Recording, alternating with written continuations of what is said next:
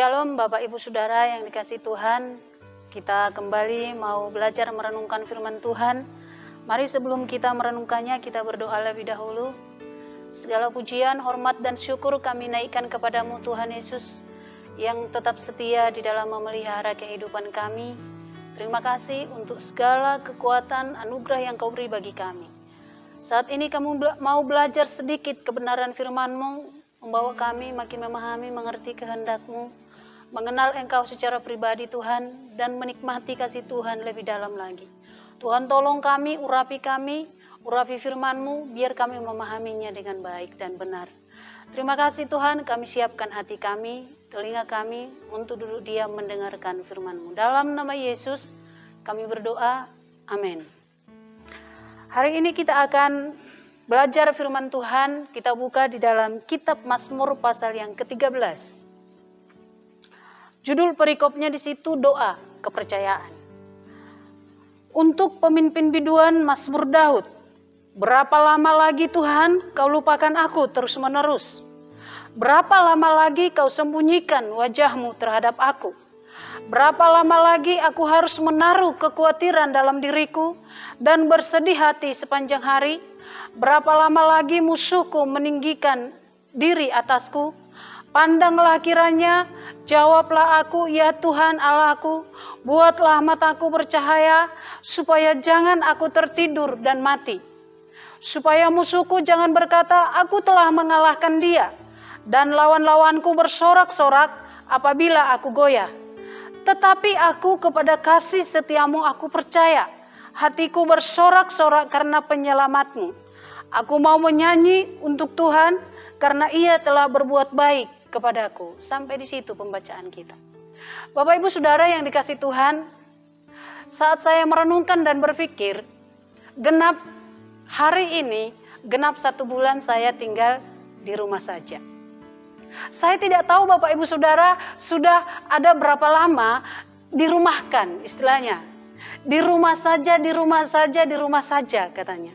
1 minggu, 2 minggu, 3 minggu, kalau saya genap 1 bulan. Bagi orang-orang yang punya hobi traveling, 1 minggu, dia sudah pasti berkata, berapa lama ini akan terjadi. Bahkan kita yang ada sekarang ini pun bisa mengeluarkan pernyataan seperti ini. Berapa lama aku harus di rumah saja? Berapa lama wabah ini akan terjadi? Sebuah pertanyaan. Saat ini kita merenungkan firman Tuhan.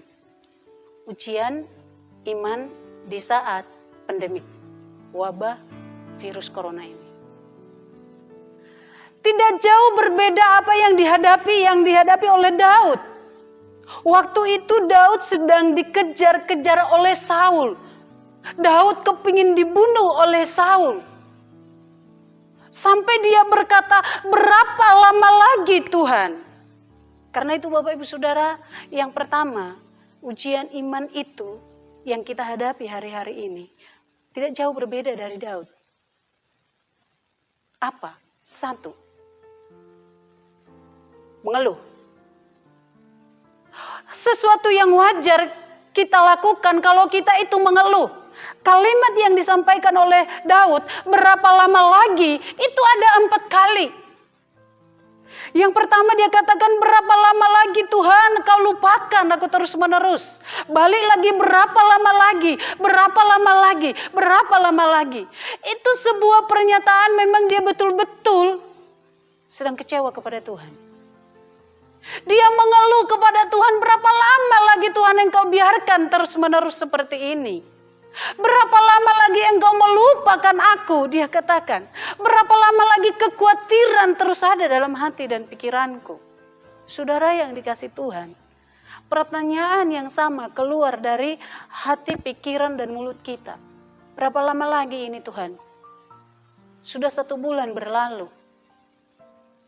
Prediksi akan dikatakan kemungkinan pasti bisa terjadi sampai bulan Juni. Waduh, cukup lama.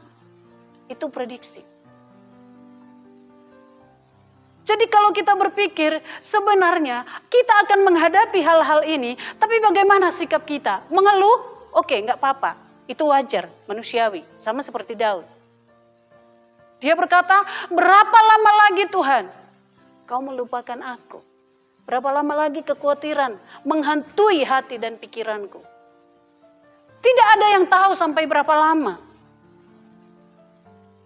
Sehebat apapun seorang ahli peneliti tidak akan mampu mengetahui berapa lama kondisi wabah ini akan berlalu. Tapi yang pasti, mengeluh itu wajar. Kita kecewa, wajar. Bukan hanya situasi ini yang seringkali kita katakan berapa lama. Pergumulan pribadi, pergumulan keluarga, pekerjaan, seringkali kita berkata berapa lama Tuhan. Itu bagian dari sikap hati kita sebenarnya. Kita sedang kecewa dan mengeluh. Sama dengan Daud. Barusan dia mengalami suatu hal yang luar biasa, diurapi jadi raja. Dan tidak lama kemudian dia dikejar-kejar oleh Saul untuk dibunuh. Dia berpikir berapa lama seperti ini Tuhan. Jadi Bapak Ibu Saudara, yang pertama mengeluh. Mengeluh.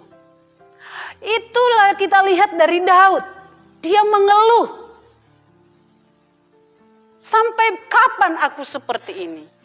Kalau kita perhatikan kalimat itu dari ayat 2 dan 3, setiap kali dia berkata berapa lama lagi, sebenarnya saat kita memahami, menikmati kalimat itu, dalam artinya. Dia mengeluh. Bahkan kita pun, berapa lama aku di rumah, gak ketemu konco-konco, gak ketemu teman-teman kerja, gak ketemu ini dan itu. Tapi bagian yang kedua, ujian iman itu yang pertama, jangan tinggal dalam mengeluh terus. Sebab kalau mengeluh terus, mengeluh itu tidak akan bisa mengubah situasi. Mengeluh itu juga tidak akan membuat kita makin kuat. Tidak. Tapi bagian yang kedua, Daud katakan ayat yang keempat. Pandanglah kiranya, jawablah aku ya Tuhan. Allahku, buatlah mataku bercahaya supaya jangan aku tertidur dan mati. Jadi saya katakan mengeluh itu wajar. Oke, gak dosa. Karena keadaan. Daud itu merasa sudah berat hatinya sampai dia mengatakan berapa lama lagi Tuhan. Tapi hebatnya Daud, dia tidak tinggal tetap berada dalam keluhan. Ayat yang keempat menjelaskan, dia mulai datang berdoa kepada Tuhan. Jadi waktu kita merasakan rasa sesak, udah sampai jenuh, mulailah berdoa. Daud katakan, pandanglah kiranya, jawablah aku Tuhan. Jadi itu seruannya kepada Tuhan, dia datang kepada Tuhan, dia berdoa, bahkan dia katakan, buat mataku bercahaya supaya aku bisa melihat. Bapak Ibu Saudara, saya pikir waktu kita lakukan mengeluh dan tidak perlu berada terus di dalam kondisi itu. Mari kita melakukannya kembali lebih meningkat lagi, berdoa. Berdoa minta ke Tuhan, Tuhan celikan mata hati dan pikiranku supaya aku bisa melihat situasi ini, keadaan ini membuat saya makin kuat dan menerima keadaan dan tetap berserah kepada Tuhan. Itu yang dikatakan oleh Daud. Buka mataku, buat mataku bercahaya, mampu melihat di situasi yang kacau ini sesuatu keajaiban yang Tuhan kerjakan. Itu dia katakan, pandanglah aku. Sebuah sikap datang kepada Tuhan. Jadi jangan tinggal diam dalam keluhan. Melangkahlah lebih naik lagi, berdoa. Yang ketiga, ayat yang ke-6. Bagian A. Tetapi aku kepada kasih setiamu aku percaya. Keluhan. Dia naikkan dengan datang kepada Tuhan berdoa. Setelah berdoa, sebuah keajaiban saya rasa saya katakan. Waktu kita datang kepada Tuhan, Tuhan teguhkan iman.